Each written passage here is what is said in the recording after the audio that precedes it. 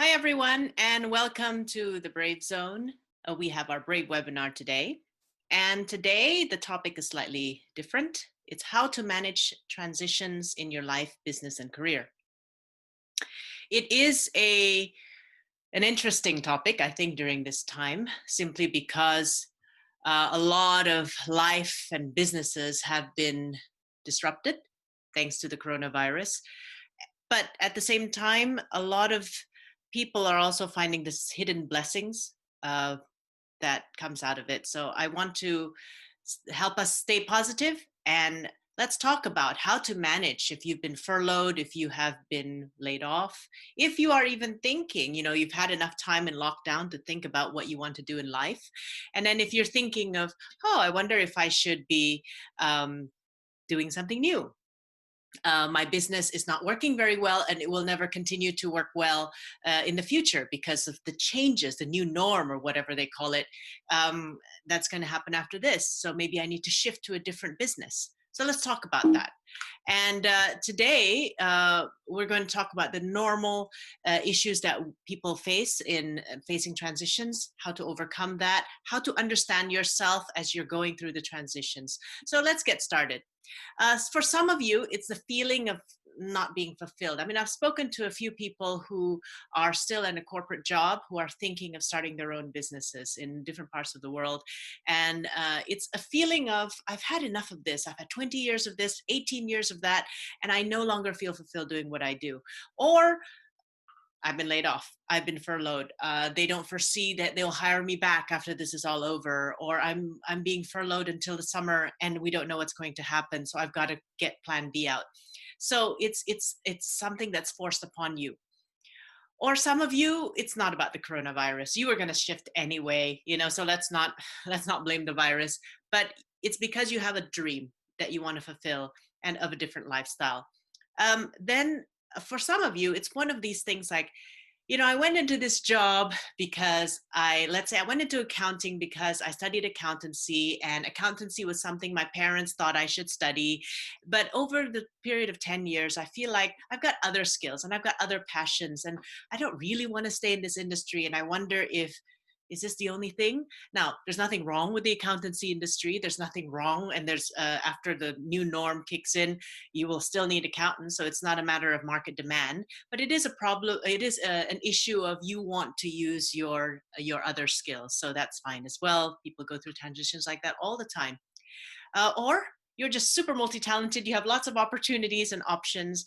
And maybe through all these things, you're a bit confused on what to do, what to take. The issues of people going into transition is, of course, finances, because there's always going to be that transition period, isn't there? There's, especially if you've got dependents, if you've got mortgages, debts that you have to pay on a regular basis. They don't just stop just because you're in transition.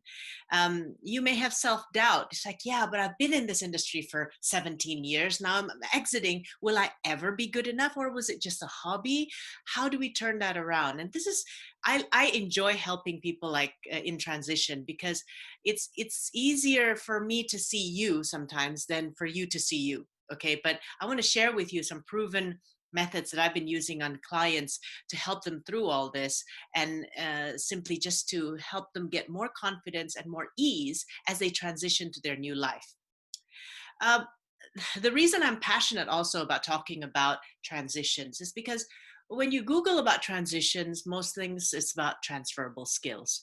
But when you Google things, research things on transferable skills, I'm not satisfied with the level of depth that the content provides. I feel that it's pretty shallow. It's pretty much about, you're going from one role and you want to go another role. These are the top 10 transferable skills that you need in any job. Okay, when I look at transitions, I find that it's not just about transferable skills. It's about understanding you, who you are, your essence and your passion. It's what you're good at, what you love, and also what kind of people or market that you love to serve. And having a full understanding. I mean, if you are at a certain age, even if you're 30 or maybe late 20s, you already have a rhythm in your life. There's an essence, whether or not you know yourself deep enough, but you do have an essence. And you have a pattern that is that that reflects your passion, it reflects your purpose, your mission. Simon Sinek calls it your why, right? You've already developed that. Okay, so it's about understanding that. And then if you're going to transition into something meaningful. It's not just about how can I get more money sometimes. For some of you, it is about getting more money, and that's fine. But usually more money comes when you're doing something you're naturally good at and that you absolutely love anyway. So finding your why and your purpose and transferable passion, transferable whys, transferable mission needs to be taken in account, not just transferable skills. This is why I want this webinar to be a consistent part of the Brave webinar series. And I've narrowed down, as you know, because of COVID, I have created weekly webinars. And this is where, this is my way of being of service to the community. But I've narrowed certain topics down. And I will continue just to do 3 or 4 topics in repetition, because I think with those 3 or 4 topics, I can encapsulate a lot of things, and I want to do that continuously. So what do people in transition like you possibly need? They say in order for that transition to be easier, and this is based on questions that I ask clients that I've worked with, they want a sparring partner to help them. But a sparring partner that does what? One of the questions I ask my previous clients is, how do you know you need help? They need someone who listens and asks probing questions. Many of these people like you who are in transitions have tried to talk to many people. You start with your friends and family, right? And then you realize, okay, they're not very helpful. So you go look for somebody else.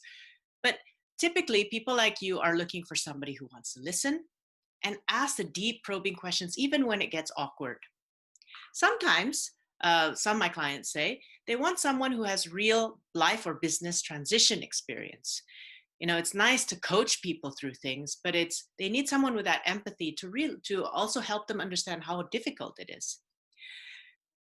They also don't need just questions. They need practical steps. They need to give advice. They need some kind of advice.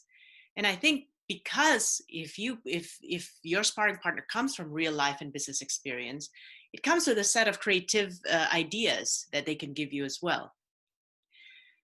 There's to ask the awkward questions, because sometimes what limits you from making a smooth transition is you, and you need to know that. And your sparring partner cannot be shy about asking those awkward questions. But it's got to also be quite neutral or honest. Sometimes when you are talking to friends and family, they've known you for a long time. And I have to say, even when I'm coaching my friends, even when they allow me to coach them, I always say, look, you just have to understand, I'm not the most neutral person. I may be feeding back some of the things because I know other things about you. But they do want a neutral and honest point of view to point out their blind spots. Yeah, not someone who assumes things because they've known you for a long time. So when I ask people why do they invest in a sparring partner, it's really to increase confidence. And when some of them go into self-employment, they say, okay, I don't want to be in corporate anymore, or I don't want to be in that kind of company, I want to go off on my own. A lot of them go into mental blocks. This is some of the things that blocks them from reaching their potential. It's the confidence they have in 2 things. First is the confidence they have in themselves. Second is the confidence they have in their business idea. And of course, when you're not hashing it out with someone who can be quite neutral and objective and comes with real life experience, right? It can be quite difficult judging your own ideas and judging, your own capability. But after investing in some time in some of the programs that we have, their confidence, they say, is about coming from a 4 to a 9 out of 10. Okay. And this is in a matter of 3 to 4 sessions, depending on what their program is. The projects are never really that long anyway. And then I asked him a second question. Well, what was the time saved? What was the time saved by doing it with me as a sparring partner versus doing it yourself?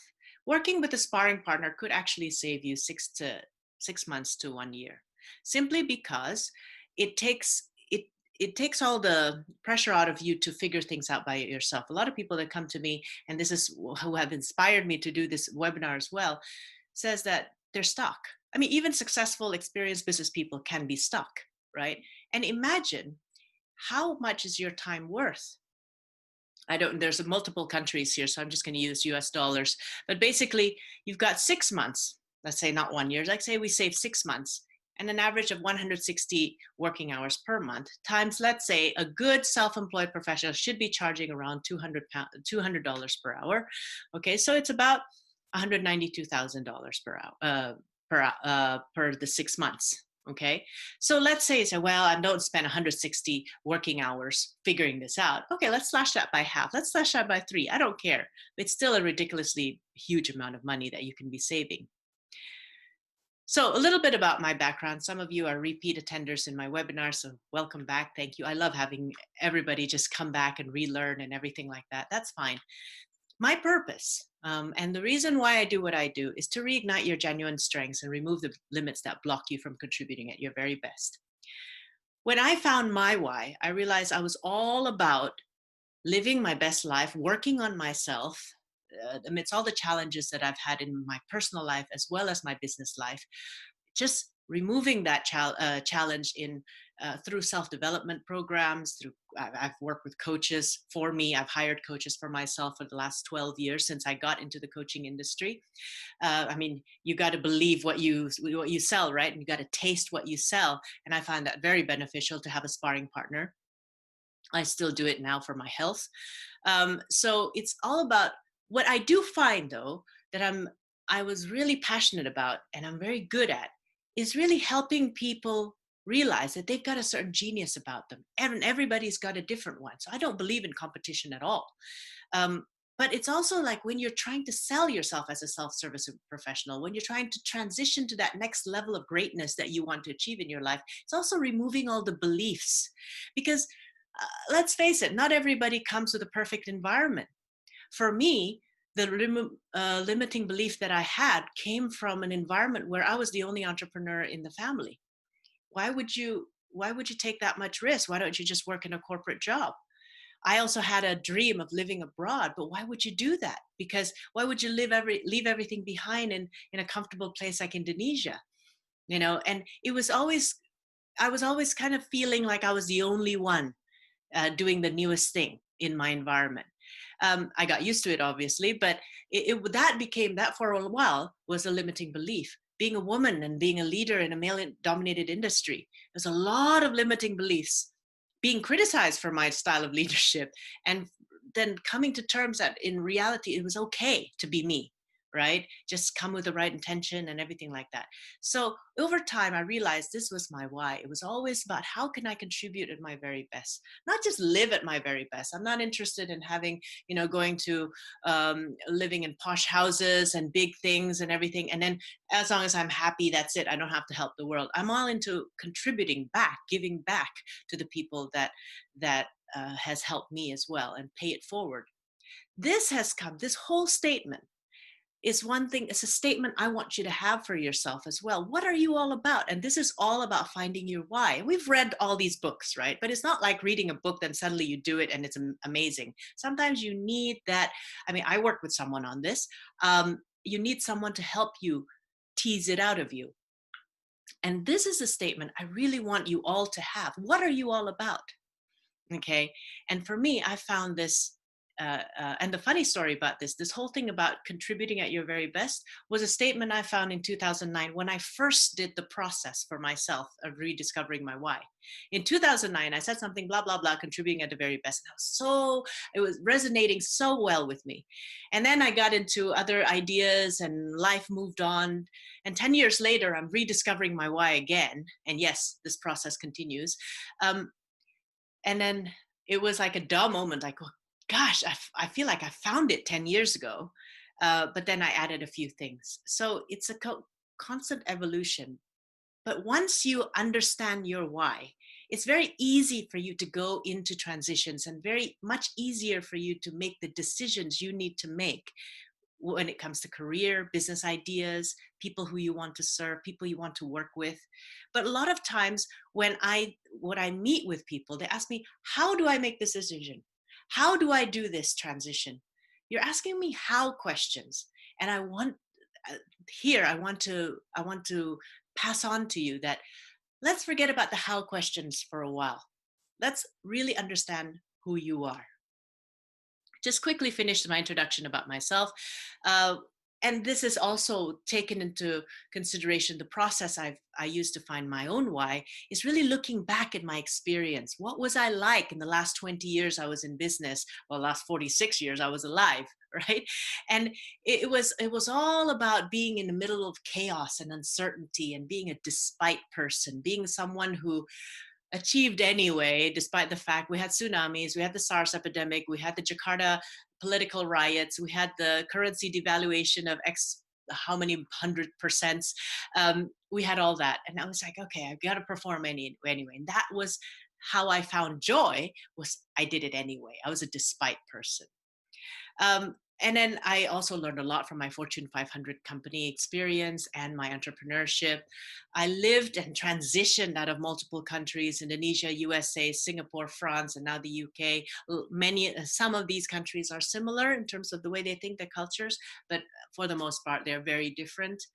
I have a combination. I have a love for understanding people's psychology, but because of my business background, I also naturally developed an intuition about business.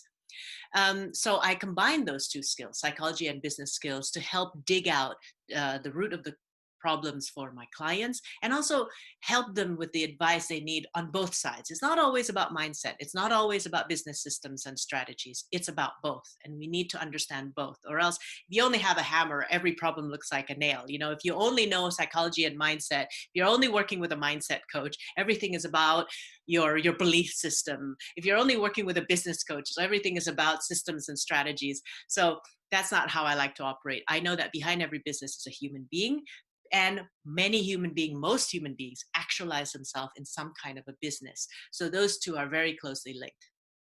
I do own 2 coaching companies in Indonesia.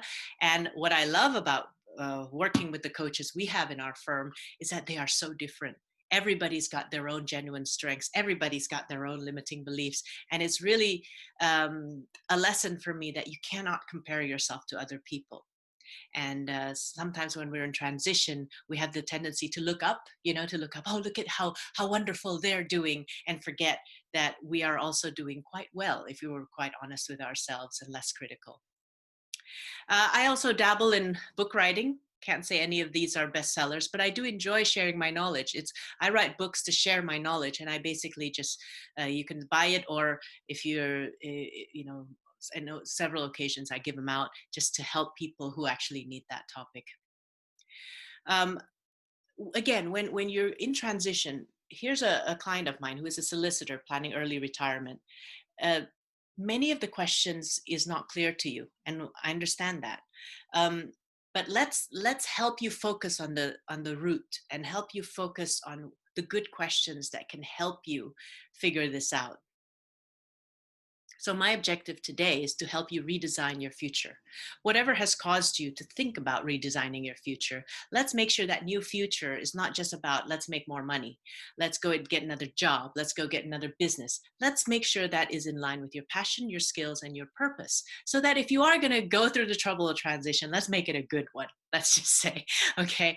And because I want you to ultimately reach your deep dream life. It's nice to say, oh, I want to help you grow your business. But ultimately, we know that behind every goal, every business goal, is some kind of life goal. And I just want to emphasize that this is also a critical part of managing life transitions, understanding that we are not always talking about business goals. Oh, I want to transition from business A to business B. Let's talk about the business B. No, I will pull you straight back into saying, what is the life goal that you want to achieve through business B? Because businesses are just a vehicle. And sometimes without clarity of your life goals, it's very hard to make the business goal decisions. It's because ultimately we all know we don't live 24 hours in a business. Okay, if some of you are living 24 hours in your business, get out and get a real life, because that's not real life, right? But, jokes aside, we all know that business is only a vehicle to achieving a life of our dreams. So let's make sure, and I find that when people are super clear on their life goal, all your transition questions about the how-tos on the business is super easy. So this is where I want to get back, and a lot of the transitions that we go through, we experience a lot of fear, don't we? The limiting beliefs that we allow ourselves to have and that we choose is because we're afraid, and why shouldn't we be afraid?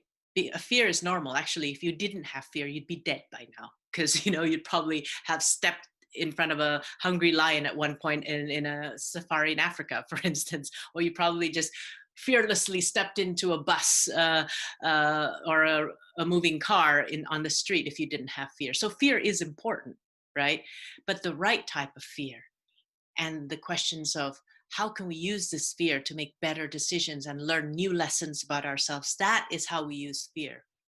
And ultimately, how do we step out of the fear zone and live more sustainably into the brave zone, where our decisions is not fear-based. Our decision is based on our purpose, on our passion, and our why, and our deep understanding of ourselves. And this is where we don't just get happiness, we get fulfillment.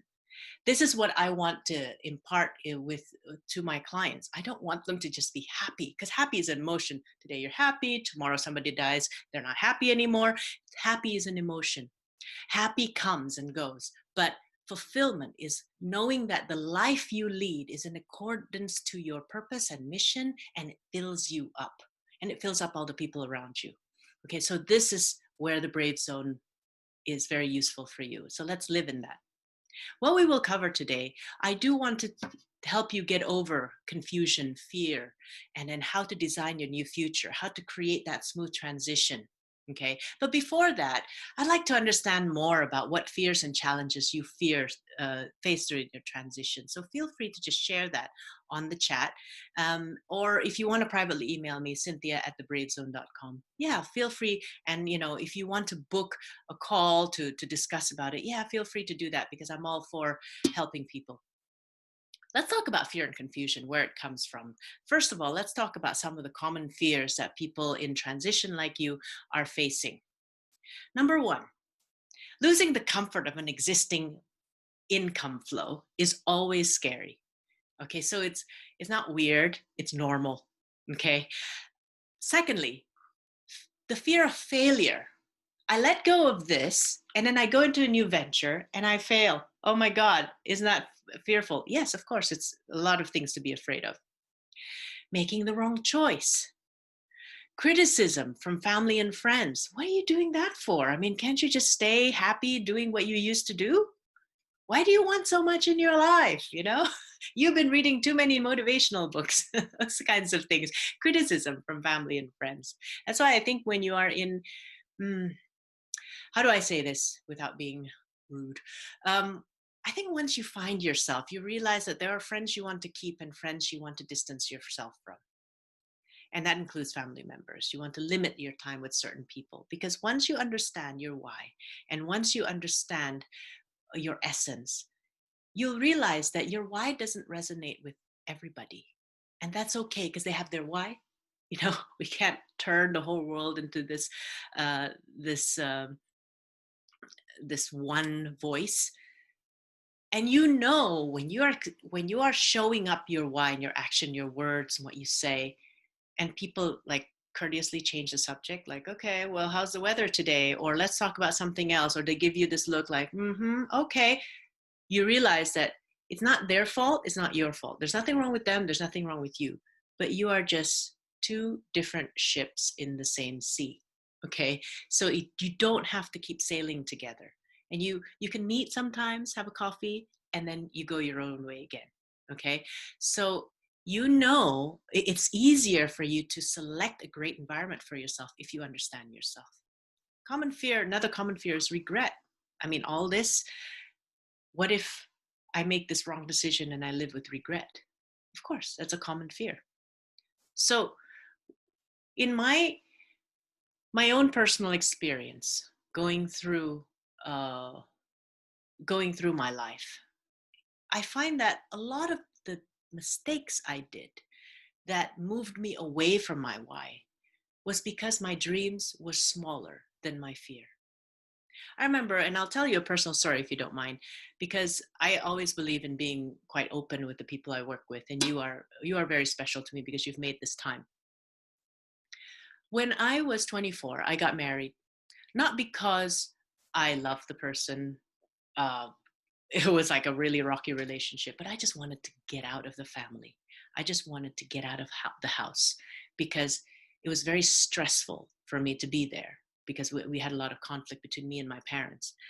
Again, rebel in the family. Totally the wrong reason. But my fear, and I didn't grow up with the largest self-confidence. I was a bit of a loner, a bit of a geek and nerd in school. So, it wasn't like I grew up with loads of boyfriends and everything. So when I found this one guy who was quite, happy to be with me, he was it. So my fear of being alone was bigger than my dream of having a great marriage. And this is one thing that I learned. And when I got that divorced 9, 10 years later, and I jumped into another marriage, too, I did it for the same reason. Because in my culture, divorce was super taboo. And I came from a Roman Catholic background. The fact that I got divorced is already incredible. So then I got into a second marriage because of the same darn fear. And it was like, I don't know how to explain it. It was like my dream wasn't even there. I stopped dreaming. It was just getting that sense of security. I was on defense mode. I just wanted to be safe and secure, and marriage equals safe. Marriage equals security. Fear driven. Again, 4 years later, then I got my second divorce. So being a double divorcee is nothing I'm proud of, obviously, but I'm not sharing this to have therapy on stage. I'm just sharing to impress upon you that when you are fear driven most of your life, you start making really silly decisions because you're not following your passion. You're not following your dreams. You're following what you don't want to happen to you. So this is why it's so important when you're making a life transition or business transition. Don't just talk about the business. Talk about you, your life, who you are, what you want, and make that dream bigger than your fear. Here's the point. Let's talk back about careers. What you see every day will become more clear to you. For most of us, let's say obviously this is before coronavirus. Look at how socially close they are. We'd get arrested these days if we did that. But back in the days of, work, if what you see every day is your current job, that is super clear for you. But you also, if you want to do transitions, you also got to get clear your dream. And let's say your dream is spending more time with the family, having a job that allows you to be your own boss, having a job where you can work with a partner you enjoy working with instead of just working in a corporation, or maybe following your passion. Let's say you like cooking, you want to open a little kitchen or restaurant. Following your passion. These things, the 4 pictures on the right, has to be super clear to you compared to the daily picture, because the daily picture is status quo.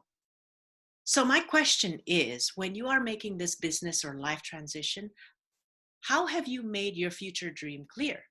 For me, I'm an auditory person. I love sounds, and my best dream board, it's not even a board. It's a story that I wrote, and I put some music in the background. I think it was like Somewhere Over the Rainbow or something dreamy like that.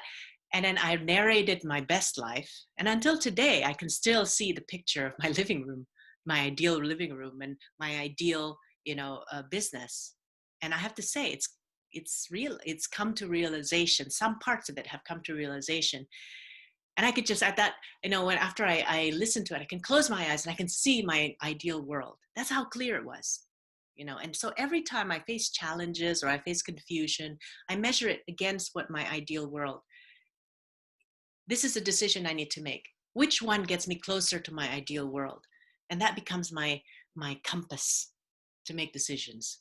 So question is for you. Some people are visual. You want slideshows, you want dream boards, pictures. Some people are auditory. Some people are kinesthetic. They need to experience their new life. So people say test drive that car, but make sure you wear a mask, and then or walk in that area of town where you want to buy your next house.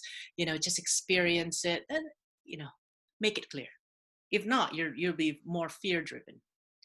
Secondly is understanding your why, and I've talked about this in the beginning, but I'll just touch upon it again. When you say, what business should I go into? Or how can I transition? You're talking about what's and hows. Okay. And again, it's not that that's so important. That's great. But the what and the how is how you express your why. So let's talk about the why first. Your what is that new future, whether it be a new business, time with your family, whatever. The how is the plan for you to get there. But the why is that driving force. Like the why is perhaps like for me, my new future would be this laptop lifestyle business where I can serve anyone through my coaching and my education skills to give that to anyone that is willing to work with me. How? Okay, I got to build a marketing funnel. I got to do webinars. I got to do this. I got to do that. I have to have this product range. Just a how, right? But what's my driving force? I'm all about helping people to contribute at their very best. I see my life as well. My essence over the last 46 years have been, how do I contribute at my very best? And this is my driving force. So even when I design my product range, I'm not going to provide services that deviate from that why, because I know that's my essence and that's what I'm most good at. I will surround myself with strategic partners who I can refer to if my clients need it, but I know what I need to focus on.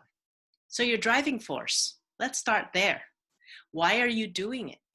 Now, let's say some of you are in a position where you want to start a business or you want to start a new business. Why are you doing it? 3 possible reasons most of the time why businesses are created. One is to follow a trend. But, business is not always on the up. Sometimes it's up, down, sometimes it's difficult, times get tough. Sometimes when you have your why is to follow a trend, what if that trend stops? How motivated are you to keep going? The other thing is to get more money or fame. Okay, well, you don't get that right away. You build that over time. It's almost like a result of your hard work. So what's going to happen with you with your motivation if you don't get that, or it's very difficult for you to get that? Is that a motivation that'll keep you going? Passion and purpose. Some people say, well, this is what the right why that you should discover about yourself before you go start a new venture. Because no matter how tough it gets, if it really resonates with your passion and your purpose and your why, you'll get through it. I tend to agree with that school of thought. I like the third one. That's why in my services to my clients, I help them get to know the passion and purpose. Of course, we also talk about the logical bit. The other day I was working with someone who's trying to start a business. I told her, I was like, here's some thinking questions. I think we had 5 or 7, I can't remember. And it was about competition. It was about pricing. It was about all that marketing strategy. As I said, I combine both psychology and business. So I know it's not just about, as long as you know your why, your business will be successful. No, you've got to also have the marketing strategies, the business strategies. But we start with the why. Then we talk about fear. You've got to distinguish between good fear and bad fear. Some of your fears are really trying to serve you. They're trying to help you stay out of trouble. So how do you know the difference between a good fear and a bad fear?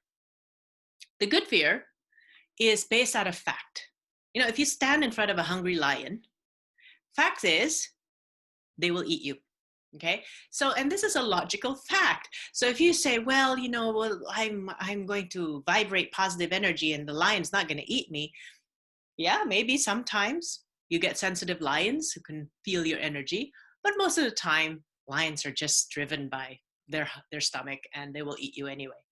So if your fear is based out of logic and fact, it's probably a good fear that's trying to teach you something.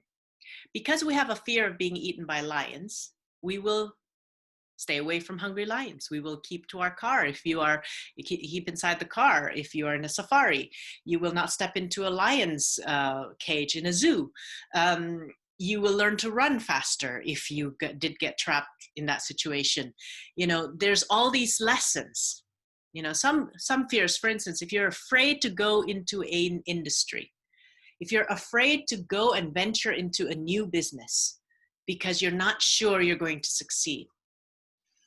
Let's look at the logic. Have you ever done it before? Nope, you haven't done it before. You have no network. You have adequate skill, but you don't have a lot of skill. So maybe that good fear is trying to tell you, go learn something. Go learn A, B, and C. Okay, that good fear shouldn't be avoided.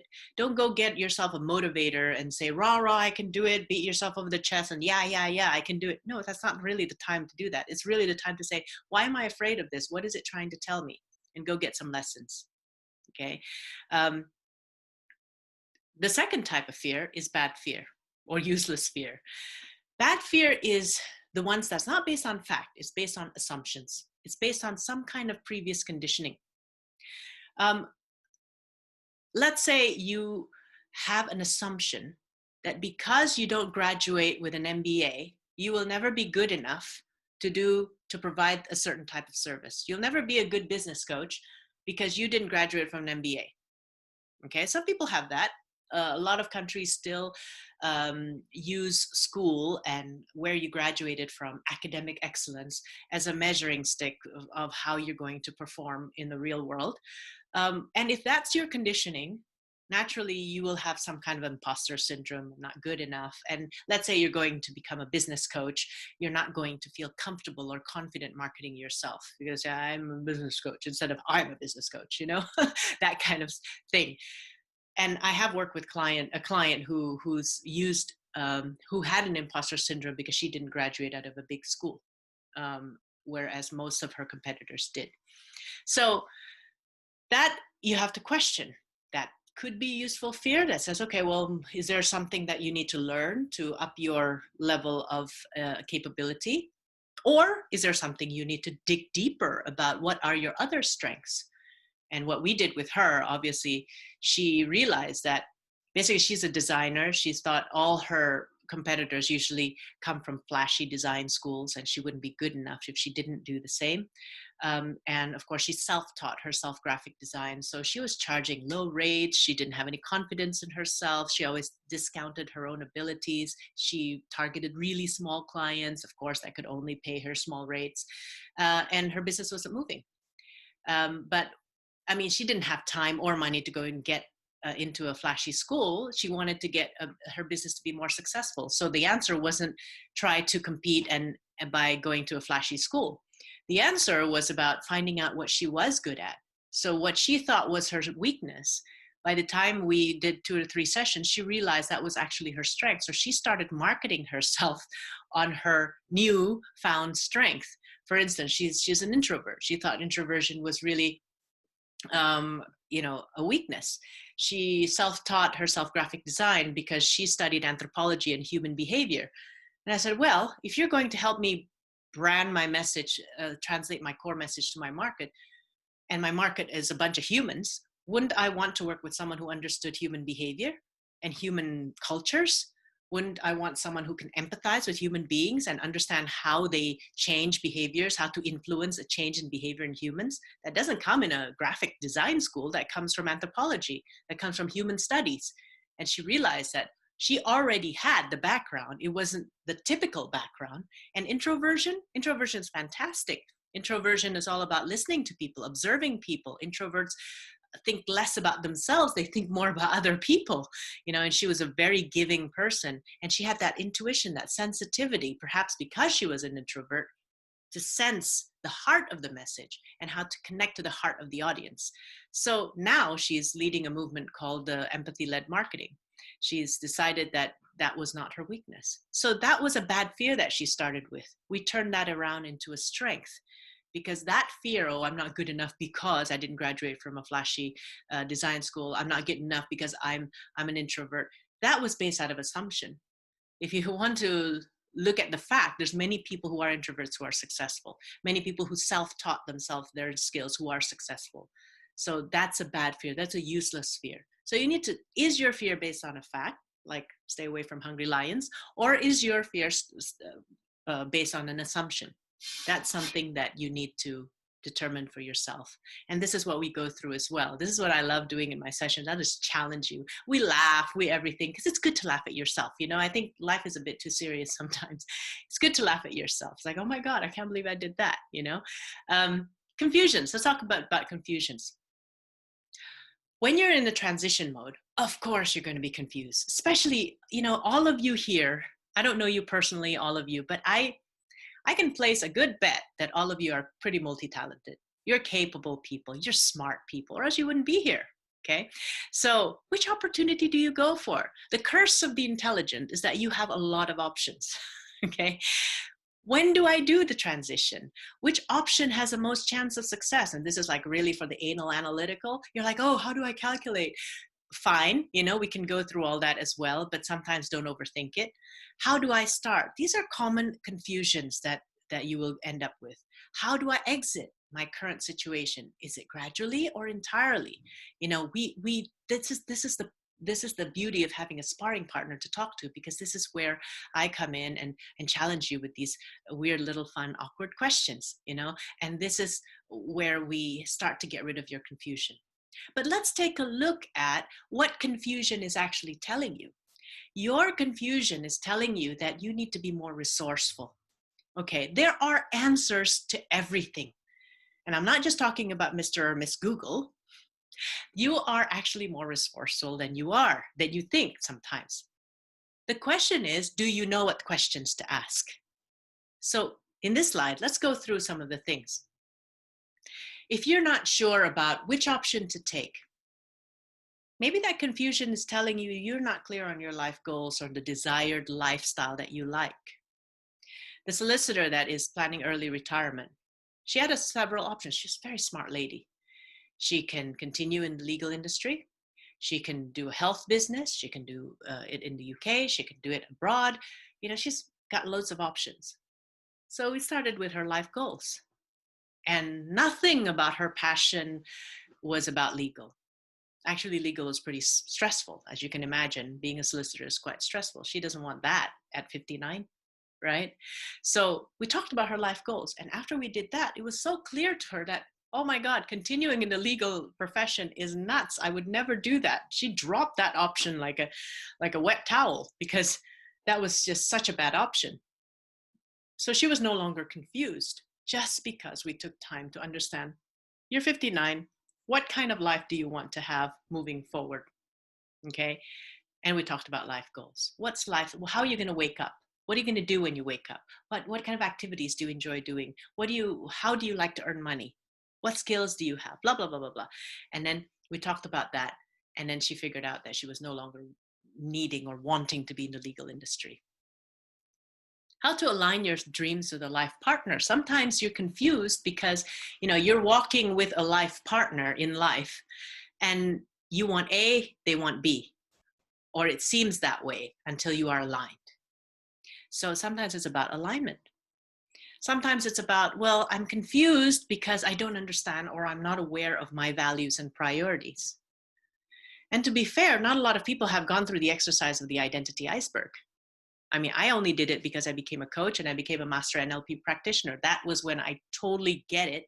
And I use that identity iceberg a lot, whether I actually use it or I actually just use it in a conversation. I see people's identity iceberg when I work with them and I point things out to them. But not everybody comes equipped with that skill. Limiting beliefs. Maybe you're confused because you have the capability, but past conditioning, past trauma, past dysfunctional environment has given you some kind of beliefs that's actually limiting you from unlocking your potential. Maybe you don't understand how to calculate what it takes financially to achieve your dreams and how much you are actually already financially secure. You see, if we are used to being a money-making machine, like many people who come from corporate life, or if you're a business person, it's all about more. And taking that break and saying, I'm going to start enjoying my savings. I'm going to live off my savings so that I can transition to the next step. You do need the ability to forecast your finances. It's actually simpler than you think. You actually have the ability to say, how many more years can I live without actually working, months, whatever. And for some of you, you don't have a lot. And yes, the question is, can you take a big hit on your finances at this point? Is this the time to transition? Or can we be more creative? Like the other day I was working with a client who decided, okay, before you create a new business in a totally new industry, get a job in that industry. Then that'll take care of your financial needs and it will give you the lessons you need 2-3 years down the road to actually open that business because that goes along with her passions. So it's all about financial planning sometimes. Sometimes you're confused because you don't have the entrepreneurial mindset yet. You can't let go of security, which of course, if you're an employee, you're highly secured. Even in coronavirus, in some countries, employees are still getting benefits even though they're not working. So you've been trained with security. On the 25th of the month, you're going to get some kind of salary. Whereas if you're going to switch on to entrepreneurship, it's every 20th of the month. It's like the worst day of the month because you give money away, not get. Sometimes it's about analyzing different options logically. And again, this is what I did to some of my clients. What are the costs and benefit? How easy is it for that option? How is it for that? And sometimes it's amazing, like your answers, but it's just by hashing it through with me, and probably for me inserting a few more questions you never thought about, then you sharpen your decision. Sometimes you're confused because you don't know enough about the market. I mean, not everybody loves research, but yes, if you're going to be in transition, please do research. Sometimes you're confused because you don't have the typical questions you need to ask before you start a new business. Everybody's afraid of this business plan. I was speaking to someone yesterday, who's like, oh, I don't believe in business plans. And to her, business plan was about creating some 5-year plan moving forward. And I said, well, no, it's not about that. It's about different kinds of questions you need to think about before you start a new venture. And yes, one of it is action plan for the next few months or 1 year, but it's not always going to be that. It's all about the questions you need to ask before you start a new venture. So knowing how to do that will help you diminish some of the confusion. And sometimes some of you are confused because you simply do not have the technical skills for that new business or new venture. And that's fine. It's all about every skill is learnable, right? Every skill is learnable. I was helping a young person. He wanted to start a microfinance business in Botswana. When I look at that person, knowing the very little thing I know about him, he was not the type of person I would consider would be successful in a microfinance industry. And if he were, he would be on the front end customer marketing end. But it is a high-risk industry, and you do need to have an interest in banking, finance, jargons about, financial structures, financial terms. I didn't see that he had that. So I helped him with a bit of understanding. I did a bit of research on Botswana for him, and I said, okay. And I did a bit of research on microfinance for him through Google. I mean, I'm not that sophisticated. And these are some of the things that's impacting the microfinance business. And I put at the end, by the way, if reading this bores you, please consider whether or not you are fit for this industry. Because sometimes we want to get into something because people say it makes a lot of money and it's a new trend, right? That's the why. Yeah, sure. But are you interested in doing the do? Are you interested in learning about it? If you're not, let's just be honest with yourself. If you're sleeping over your laptop trying to do the research about this new industry that you're supposedly passionate about, maybe you're not that passionate. Okay, so a few weeks later, he came back and said, yeah, we're just not doing it. Yeah, other reasons also about the safety of the country, blah, blah, blah. But and one of the things I believe is also because his passion is actually elsewhere, and he was actually brilliant at other things. And it's great because I'm looking forward to him expressing his brilliance. He is a very talented person. So it's also about, when you're doing transitions, when you have found yourself in a place where you need to change. Some people do have some shackling negative perceptions of themselves. And as a sparring partner, I want to make sure that you understand that sometimes it's about being quite direct with yourself and don't believe your own bullshit type of thing. It's about, for me to you, it's about me being an unreasonable friend. Like, I love you and everything, but I do not tolerate certain types of thinking that you may have, because I know that kind of thinking doesn't help you. So this process consultant used to work for a company, and for whatever reason, now he's been forced, all the contracts have been canceled, obviously COVID and everything, and he's been forced to kind of do it on his own. He's lost his major contracts. And there's a lot of imposter syndrome, lack of self-confidence, etc. And I just gave him a challenge. Okay, let's stop talking about fear and, oh, how should I change my mindset? The way you're going to change your mindset is start getting into action. So I challenged him with a 21-day challenge to create content. He's done it brilliantly. Every day he WhatsApps me the links to his new content on LinkedIn. And we keep it accountable. And I can't believe he did 21 days straight on. And by the end of 21 days, of course, he was more confident. You know why? Because he started taking action. People started noticing. And he said, I don't know how many days on, he said, I've been asked to speak in a conference. I said, well done, and he's loving the engagement, the likes, the comments that he's getting from his post. So it's not always about let's work on the mindset. Sometimes mind and body is one. If you want to get rid of your confusion and beliefs, just get into action. So how do you design this new future? First, I'll always like to go back to the life wheel. As I said, life goals before business goals. And I use this tool with my clients, depending on what they need, obviously. But for the most part, when we talk about business or life transitions, this is the tool. You got to evaluate where you are now in your life wheel. Some of us have been so busy with business and wealth building that we forget our health, our family and friends. And we become frustrated thinking that, oh, it's because we don't have enough business. We don't have enough success in our business. But actually, there's a lot of lack and gap in other parts of our life, like intimate relationship, perhaps, your personal growth, perhaps some kind of fun or family and friends connection. But you always think like, oh, if I get more business, if I get more revenue, if I get more money, I'll be happier. But it's amazing that when you do this life wheel, a lot of the imbalance comes from the other parts that's not business. And we get really honest with yourself, and I help you do that, is that lack is not because you need more money. That lack is because you need the other parts to be fulfilled. And if you were to transition to a different business with more money and everything, it's for what? For whom? For what kind of lifestyle? So we do need to talk about the other parts, the other spokes in the wheel, and how that new venture will help you have a more balanced life wheel instead of just a one-sided one. How do you create a smooth transition? The first thing that you need to understand about yourself is your ikigai. And ikigai is not my concept. It's a Japanese word called, the reason for being.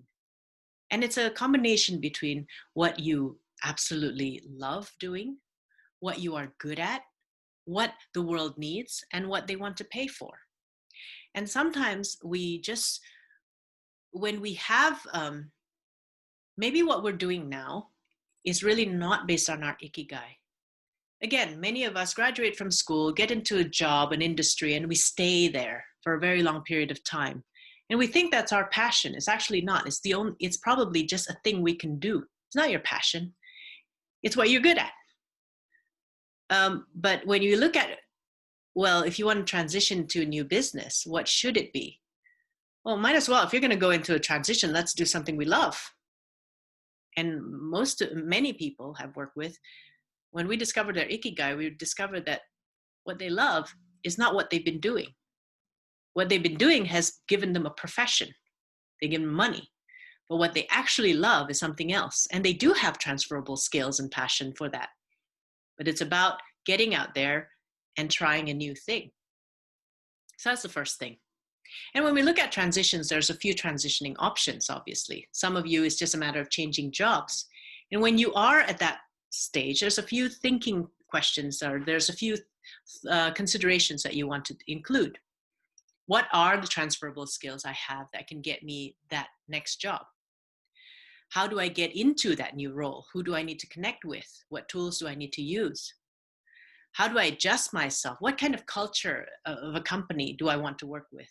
Again, it's not just trying to get hired, but it's also selecting the right company you want to work for.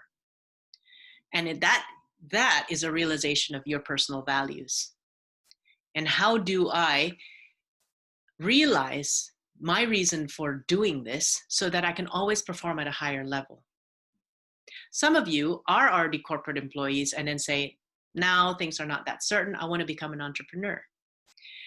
First thing, and there's a webinar that I've recorded and posted on my blog. Feel free to watch it. It's called Mindset Shift from Employee to Entrepreneur.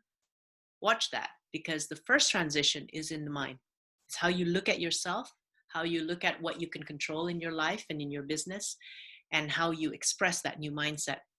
Again, transferable skills and passions, selecting the business model that's right for you, that fits your business and life goals, learning other things about business, because sometimes when you come from a job, you have been in charge of a certain department, but you have to understand now as an entrepreneur, there's at least 3 or 4 more functions that you need to understand, and accumulating and start doing the routine entrepreneurial habits, which may be very different from an employee. For some of you, you just want to change your business. Maybe COVID has knocked down your business. Maybe your business will no longer survive in the future. It's about identifying the transferable skills, passions, and opportunities. How do you exit? There's a few options, like some of the clients I've worked with. One of them have put their daughter in charge of their business. The other one has actually just completely closed the business or is in the process of partnering with somebody else who can continue it. So different ways of exiting is available. Selecting a new model, again, that fits your life goals, and also learning new skills to go into that new business. And all this is also taking into account how you shift your iceberg, how you shift your identity iceberg. See, all of us want some kind of results, but our results are driven by our actions and our decisions.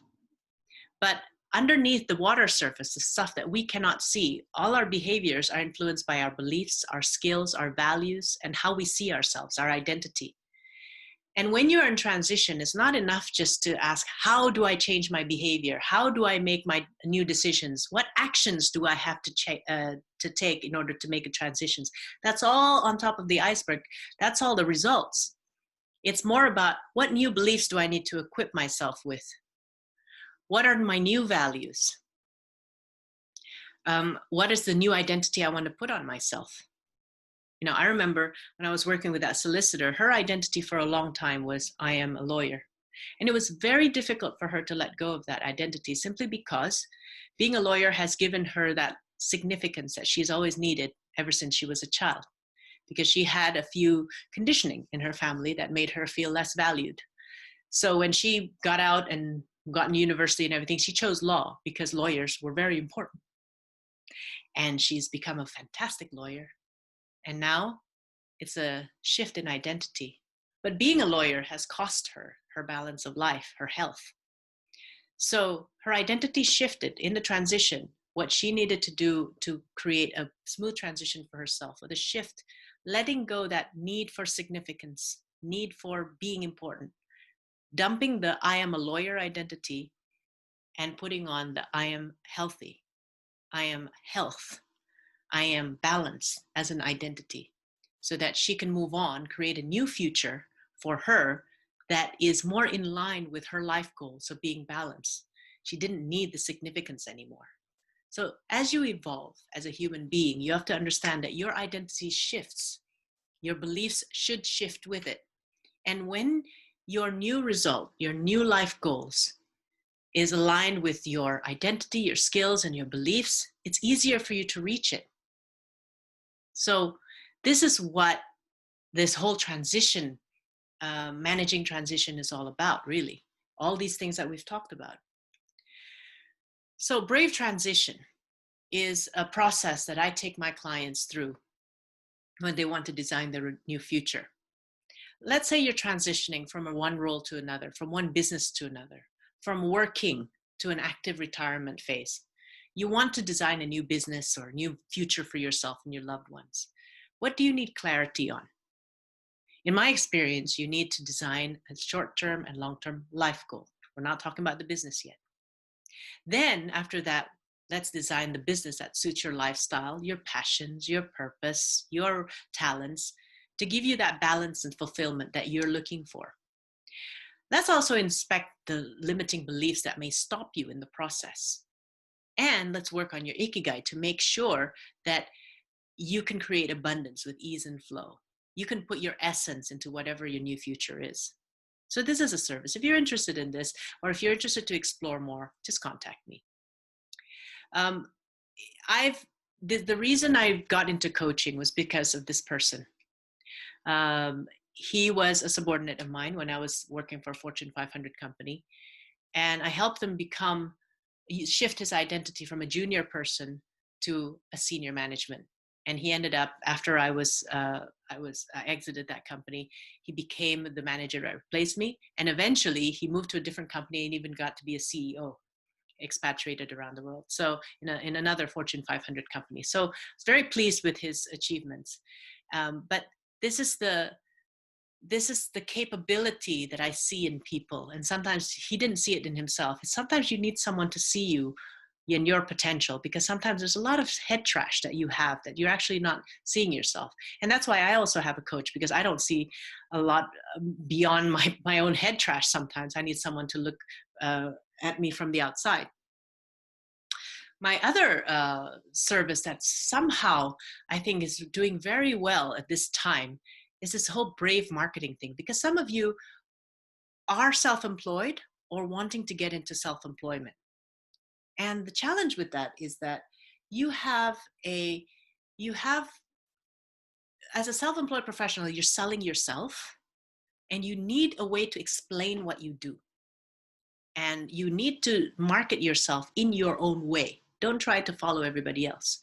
So there's a few kinds of people who are unsure about, not sure I can make money out of this business. I want to be a self-employed service professional, but I'm not sure. I'm still not sure if I want to do this. I'm not sure about the clear motivation. Those are people I advise, just let's keep in touch, but probably you're not ready to take any action. You need to decide what you want and why you want to have it. That's the blue bottom of the pyramid. Your confidence level in yourself and in your business is below 3 out of 10. Probably not, just keep learning.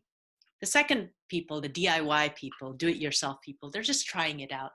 They have some confidence in their business, but they're not sure if they can actually make a lot of money out of it. So that's why the only investment they're going to do in themselves is to participate in free webinars, free this, free tools, free that, and they just want to do it themselves. Or if they did invest in anything, it'll be something cheap. Okay, that's really based on the fact that you have a low perceived earning potential. You think your business will not earn a lot of money. You haven't decided seriously to do your business. That's okay. That's better than self-doubt. You're just trying it out. You have a lot of enthusiasm, but wondering if this business deserves a private program. And so you do that. And you're willing to do the hard work. That's fine. The people I usually work with are the people who have tried to do it themselves, but they're feeling stuck. And the feeling stuck is costing them time and opportunity. As I said, it's working with someone like me, it will save you 6 months to 1 year. And some people value that time in their lives, and they are willing to invest to get help in an expert. So I do one-to-one programs with them because they are on a mission. They do have a high perceived earning potential. They do believe in their business much more than the DIY peoples. Okay. And we go through the Brave Marketing program together. And some of them, after, I was just buzzing emails to some of my ex-clients, how are you doing? How are you doing? And many of them are doing fantastic. They are confident about their message. They have a unique value. They're having fun. And these are people who, probably don't need my services anymore, but they are admired. They're admired by their community. And many people are saying, how can I get to be like you? But just because you've done it doesn't mean you can teach or guide people through it. So these are the people who typically refer me to their friends because they want me to help them as well. Okay. So this is basically my client pyramid. The number 2 and number 3 is really someone I'm really interested to talk to. The rest, I think either you've done it and good for you, or you're still unsure. That's all right. Keep in touch, keep working on yourself. Brave marketing is very interesting, and I think this is why people are drawn to it, because a lot of people I talk to are self-employed. They're trying to sell themselves.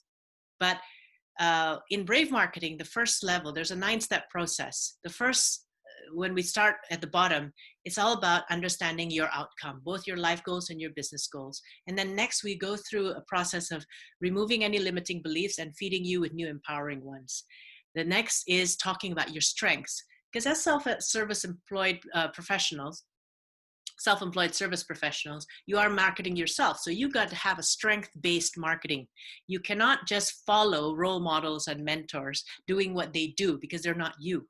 So let's understand your strengths. The next level, starting from who, is understanding your clients, how to create an emphatic marketing message for them.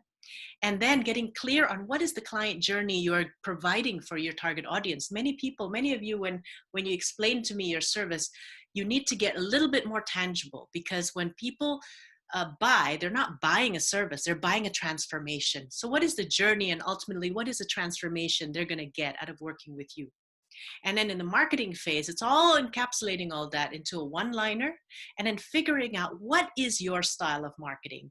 Mentors, gurus, and everything can do it their way, but what's your way? Because the problem with a lot of marketing plan is they don't get executed. Why? Because it's a strategy you're not comfortable with. It's a strategy that doesn't resonate with you. It's a strategy that you're scared of. Only then can we make a proper plan. So that's the brave marketing process. If you are in a transition of becoming self-employed, or if you are already a self-employed person that it's getting stuck, getting more out of your business, this is what we'll do. We'll discover your strengths, break down limiting beliefs, create a clear customer journey, create a one-liner, and get objective, and then also evaluate your marketing style and assets. And this is what I've enjoyed doing. A lot of people have moved up from, being stuck to being very happy in doing what they do, because they've discovered their uniqueness. Confidence has increased from 4 to 9, and ultimately they have saved money because they have saved time from doing it themselves.